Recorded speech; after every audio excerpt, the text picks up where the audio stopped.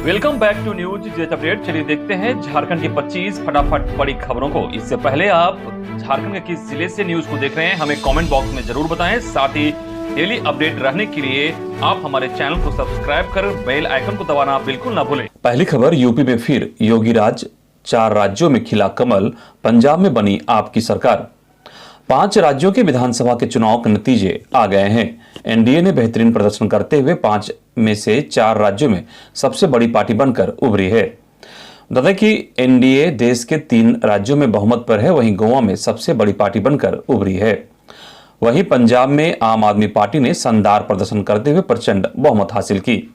ऐसे में लगभग सभी 4 राज्यों में सरकार एनडीए की बनती नजर आ रही है और पंजाब में आम आदमी पार्टी की सरकार बनेगी। कांग्रेस का प्रदर्शन निराशाजनक रहा और सभी 5 राज्यों में कांग्रेस का सुपड़ा साफ हो गया। पंजाब के सीएम चरणजीत सिंह चन्नी अपनी सीट से चुनाव हार गए, वहीं उत्तराखंड के मुख्यमंत्री पुष्कर सिंह धामी भी अपनी सीट से चुनाव हार चुके हैं। वहीं चुनाव के परिणाम के बाद जहां एक और योगी आदित्यनाथ लोगों से रूबरू हुए, वहीं मिठाई खिलाकर जीत की बधाई दी। उत्तर प्रदेश में एनडीए 273 व 1 सीटों पर बढ़त, वहीं सपा 123, पंजाब में आप ने 92 और कांग्रेस ने 18, उत्तराखंड में 47, कांग्रेस 19, गोवा में भाजपा 20, कांग्रेस 12, मणिपुर में भाजपा 32, कांग्रेस 5 सीटें लाई हैं। अगली खबर, समीक्षा के बाद जमीन के दस्तावेज ऑनलाइन।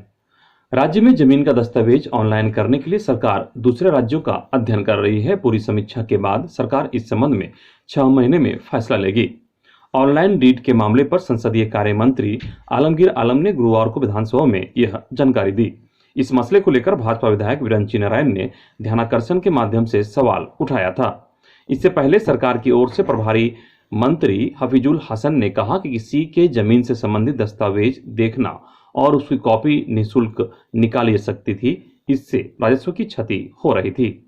12 जून 2021 को इसे बंद कर दिया गया और अब दस्तावेज ऑफलाइन उपलब्ध कराए जा रहे हैं। अगली खबर, रेलवे ग्रुप डी उम्मीदवारों को एक और परीक्षा देनी होगी। केंद्र सरकार ने खाली गैर तकनीकी लोकप्रिय श्रेणी एनटीपीसी की अपेक्षा 20 गुना यूनिक उम्मीदवारों को परीक्षा में बैठने का अवसर देने संबंधी दिशा निर्देश गुरुवार को जारी कर दिया है। इसके साथ ही ग्रुप डी के उम्मीदवारों को तोहफा दिया है। इनको 2 के बजाय एक ही परीक्षा देनी होगी, यानी ग्रुप डी के उम्मीदवारों को कंप्यूटर आधारित सीबीटी 1 परीक्षा देनी होगी। पहले सीबीटी 1 व सीबीटी 2 देने का प्रावधान किया गया था। रेलवे बोर्ड अप्रैल में एनटीपीसी का संशोधित रिजल्ट जारी करेगा। रेल मंत्रालय के एक वरिष्ठ अधिकारी ने बताया कि सरकार ने इसके तहत जारी अधिसूचना में रिक्त पदों की अपेक्षा 20 गुना यूनिक उम्मीदवारों को मौका देने का निर्णय लिया है। अगली खबर, सदन में स्कूली शिक्षा व साक्षरता विभाग के 6,37,75,000 के अनुदान मांग ध्वनिमत से पारित। शिक्षा मंत्री ने कहा, विधायक अफसर सरकारी स्कूल में पढ़ाएं बच्चे। झारखंड विधानसभा में स्कूली शिक्षा एवं साक्षरता विभाग के बजट पर चर्चा के बाद सरकार की ओर से जवाब देते हुए शिक्षा मंत्री जगन्नाथ महतो ने कहा कि राज्य में सारे मंत्री, विधायक और अफसरों को अपने बच्चों को सरकारी स्कूल में पढ़ाना चाहिए, तब शिक्षा का स्तर सुधरेगा। मंत्री ने कहा कि विपक्ष पार्टी के लोग इस संबंध में प्रस्ताव दें, वह इसे पारित कराएंगे। शिक्षा मंत्री ने कहा, झारखंड के गांव-गांव में अंग्रेजी शिक्षा पाने के लिए लोग ललायित हैं। 127+2 स्कूल खोले गए हैं। सरकार राज्य के प्रत्येक जिला, प्रखंड और पंचायतों तक अंग्रेजी मीडियम स्कूल खोलेगी। अंग्रेजी शिक्षा में राज्यों को आत्मनिर्भर बनाने की बात मंत्री ने कही। मंत्री के जवाब के बाद सदन में स्कूली शिक्षा एवं साक्षरता विभाग के 6,37,75,000 का अनुदान मांग ध्वनिमत से पारित हुआ। विधायक अनंत ओझा के कटौती प्रस्ताव का जवाब देते हुए शिक्षा मंत्री जगन्नाथ महतो ने कहा कि हमारी सरकार कागज कलम पर नहीं बल्कि धरातल पर काम उतारने पर विश्वास करती है। वहीं नोडल अफसर की नियुक्ति की होगी जांच। जल संसाधन विभाग से सेवानिवृत्त मुख्य अभियंता प्रदीप नारायण सिंह और कार्यपालक अभियंता विमल कुमार झा का संविदा पर pipeline monitoring cell PPM cell में की गई नियुक्ति के मामले की जांच कराई जाएगी। मुख्य सचिव की अध्यक्षता में समिति इस नियुक्ति की जांच करेगी। यह जानकारी मंत्री मिथिलेश कुमार ठाकुर ने विधायक प्रदीप यादव के अल्पसूचित प्रश्न पर दी। वहीं जनजातीय क्षेत्रीय भाषा एकेडमी का हो गठन।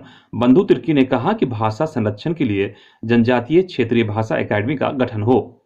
प्रत्येक प्रमंडल में भाषा एकेडमी का गठन जरूरी है। बंधु तिर्की ने कहा कि सुदूर जंगलों में सरना आदिवासी बच्चे विद्यालय चला रहे हैं। कच्चे मकानों में, झोपड़ी में यह स्कूल चल रहा है। सरकार से मांग करता हूं कि इन विद्यालयों को चिन्हित कर मदरसा की तरह अनुदान राशि दिया जाए। बंधु तिर्की ने कहा कि शिक्षकों को गैर शैक्षणिक कार्य से दूर रखा जाए। गैर शैक्षणिक कार्य में लगाने से पठन पाठन पर प्रभाव पड़ता है। अगली खबर, राज्य में फिर बढ़ने लगे कोरोना के मरीज। रांची में 3 दिनों में मिले कोरोना के 213 नए मरीज। रांची में एक बार फिर से कोरोना के मामले बढ़ने लगे हैं। पिछले 3 दिनों में 213 नए मरीज मिले हैं। गुरुवार को 68 नए मरीज मिले, वहीं बुधवार को 70 और मंगलवार को 75 मामले सामने आए थे। मरीजों के बढ़ते मामलों के बीच ठीक होने वाले मरीजों की संख्या में भी कमी आई है। हालांकि गुरुवार को कुल 68 मरीज ठीक भी हुए हैं। Ranchi civil surgeon doctor Vinod के अनुसार कुल मिले मरीजों में अधिकतर ट्रेन से आने वाले मरीज हैं। मुंबई, बेंगलोर, चेन्नई और उड़ीसा की तरह से आने वाले यात्रियों का सैंपल पॉजिटिव मिले हैं। अगली खबर, झारखंड में पोषण सखियों का जारी रहेगा आंदोलन। शिक्षा मंत्री ने लगाया बरगलाने का आरोप।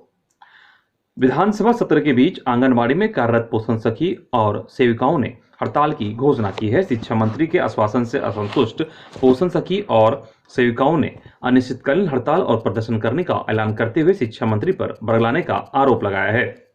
इससे पहले बुधवार को शिक्षा मंत्री से आश्वासन के बाद पोषण सखी और सेविकाओं ने कई दिनों से चले आ रहे आंदोलन को समाप्त कर दिया था। उनकी माने तो संगठित होकर अपनी मांग को लेकर पोषण सखी और सेविका अनिश्चितकालीन धरना दे रहे थे, लेकिन शिक्षा मंत्री जगन्नाथ महतो ने उनके धरने को बरगलाकर समाप्त करवा दिया। एक बार फिर तमाम पोषण सखी संगठित होंगे और धरना को जारी रखेंगे। अगली खबर, नहीं हटाए जाएंगे अनुबंध श्रमिक मित्र। श्रम मंत्री सत्यानंद भोक्ता ने सदन में घोषणा की है कि साल 2015 में प्रखंड स्तर पर नियुक्त 526 श्रमिक मित्रों की अनुबंध अवधि समाप्त होने के बावजूद आगे भी सेवा ली जाएगी। विधायक सरयू राय ने ध्यानाकर्षण के दौरान इस मामला का उठाया था। उन्होंने कहा कि पहले श्रमिक मित्रों को प्रखंड स्तर पर अनुबंध पर रखा गया था, लेकिन अब उन्हें हटा दिया गया है क्योंकि उन लोगों ने सरकार से न्यूनतम मजदूरी की मांग की थी। ऐसा करना जायज नहीं है। पूर्व में जारी अधिसूचना में भी 3 साल की बाध्यता का जिक्र नहीं था, इसलिए उन सभी को काम का अवसर देना चाहिए। इस पर विभागीय मंत्री सत्यानंद भोक्ता ने कहा कि श्रमिक मित्रों को न्यूनतम मजदूरी पर नहीं रखा गया है। उन्हें प्रत्येक निबंधन पर 15 रुपया मिलता है और 50 से ज्यादा निबंधन करने पर प्रति निबंधन 20 रुपये मिलता है। उन्होंने सदन को भरोसा दिलाया कि सभी श्रमिक मित्रों को पंचायत स्तर पर एडजस्ट कर लिया जाएगा। अगली खबर, सहारा इंडिया में फंसे हैं झारखंड के लोगों के करोड़ों रुपये। वित्त मंत्री बोले, मामले पर गंभीर है सरकार। सदन में ध्यानाकर्षण के दौरान भाजपा विधायक नवीन जायसवाल ने कहा कि बड़ी संख्या में झारखंड के मेहनत कशों का करोड़ों रुपये सहारा इंडिया में फंसे हुए हैं। उन्हें पैसे नहीं मिल रहे हैं। सहारा इंडिया में काम करने वाले अधिकारी भी लाचारी व्यक्त कर रहे हैं। दिहाड़ी मजदूर से लेकर छोटे कारोबारी हर दिन पेट काट कर सहारा में पैसा जमा करवाते थे, लेकिन अब कंपनी पैसे नहीं दे रही है। लिहाजा झारखंड वासियों के हित में राज्य सरकार को अमल करते हुए पैसा वापस करवाना चाहिए। इस पर वित्त मंत्री रामेश्वर उरांव ने कहा कि मैं पूरे मामले से अवगत हूं। मेरे गांव के भी कई लोगों का पैसा फंसा हुआ है। उन्होंने कहा कि सहारा एक लिस्टेड कंपनी है, इसका रेगुलेटर सेबी है, इस पर राज्य का नियंत्रण नहीं है। मामले को गंभीरता को समझते हुए झारखंड के वित्त विभाग की तरफ से 2 बार पत्र भी लिखे गए हैं। जवाब में बताया गया है कि 15 जून 2021 के सुप्रीम कोर्ट के आदेश से कंपनी की चल अचल संपत्ति पर रोक लगी हुई है। सेबी के पास 24,000 करोड़ रुपए जमा है। जब सुप्रीम कोर्ट का आदेश मिलेगा तो सेबी पैसे जरूर जारी करेगा। उन्होंने कहा कि कुछ लोगों के रिफंड भी हुए हैं। 19,644 आवेदन सेबी को मिले हैं। अगली खबर, झारखंड में शिक्षकों की नियुक्ति की नई नियमावली लागू। भर्ती के लिए आचार्य और फाजिल की डिग्री भी होगी मान्य। झारखंड सरकार के स्कूली शिक्षा और साक्षरता विभाग की ओर से हाई स्कूलों में शिक्षकों की नियुक्ति के लिए नियमावली बनाकर लागू कर दी गई है। इस नियमावली के मुताबिक झारखंड में भाषा के शिक्षक बनने के लिए सामान्य स्नातकोत्तर की डिग्री के अलावे आचार्य और फाजिल की डिग्री भी मान्य होगी। इससे पहले फाजिल और आचार्य की डिग्री को शिक्षक नियुक्ति नियमावली में लागू नहीं किया गया था। संशोधित नियमावली में और भी कई प्रावधान किए गए हैं, जिसका कुछ अभ्यर्थियों ने विरोध किया है तो कुछ अभ्यर्थी इनकी प्रशंसा भी कर रहे हैं। अगली खबर, रांची में भाजपा प्रदेश कार्यालय में जश्न, रंग गुलाल लगाकर मनाई होली। 5 विधानसभा में हुए चुनाव में से उत्तर प्रदेश समेत 4 राज्यों में भाजपा के पक्ष में रुझान मिलने के बाद से झारखंड भाजपा के नेता और कार्यकर्ताओं ने रंग गुलाल लगाकर और डमरू बजाकर एक दूसरे को बधाई देते दिखे। भाजपा नेता मंजू लता दुबे ने कहा कि महिलाओं के मान सम्मान, उत्तर प्रदेश में law and order, free ration और जन सरोकार की सरकार को वोट दिया है। वहीं कई दिनों से उत्तर प्रदेश में रहकर लौटे भाजपा कार्य समिति सदस्य संजय जायसवाल ने कहा कि फ्री राशन की योजना ने सबका दिल जीता है। अगली खबर, अपनी मनमर्जी से नामांकन नहीं ले सकेंगे संबद्ध कॉलेज। विनोद बिहारी महतो कुलांचल विश्वविद्यालय के संबद्ध कॉलेज में अब स्नातक में दाखिला सीमित संख्या में होगी। कॉलेज अपनी मर्जी से धड़ल्ले से नामांकन नहीं ले सकेंगे। गुरुवार को BBMKU की एडमिशन सेल की बैठक में यह निर्णय लिया गया। अगली खबर, अवैध तरीके से शराब बिहार भेजने वाले कारोबारियों का हो सकता है लाइसेंस कैंसिल। अगर आपके पास शराब बेचने का लाइसेंस है और अगर आप शराब तस्करों को शराब दे रहे हैं तो सावधान हो जाइए, नहीं तो आपका लाइसेंस राज्य सरकार कैंसिल कर सकती है। क्योंकि बिहार पुलिस झारखंड सरकार को पत्र लिखकर इसकी शिकायत कर रही है। दरअसल धनबाद से भारी मात्रा में अवैध शराब बिहार भेजे जा रहे हैं। इसमें नकली शराब भी बरामद हो रही है, जिससे लोगों की आंख की रोशनी जा रही है। वहीं आए दिन लोगों के मरने की संख्या भी बढ़ रही है। ऐसे में बिहार पुलिस ऐसे वेंडरों को चिन्हित कर रही है जिनकी शराब बिहार में ज्यादा पकड़ी गई है। ऐसे लोगों के खिलाफ पत्र लिखकर शिकायत की जा रही है। उत्पाद विभाग इस शिकायत को CM तक पहुंचा रहे हैं। इस मामले में जल्द कोई कार्रवाई की जा सकती है। अगली खबर, पब्लिक स्कूलों पर कार्रवाई के मूड में विभाग, जिला प्रारंभिक समिति में उठेगा मामला।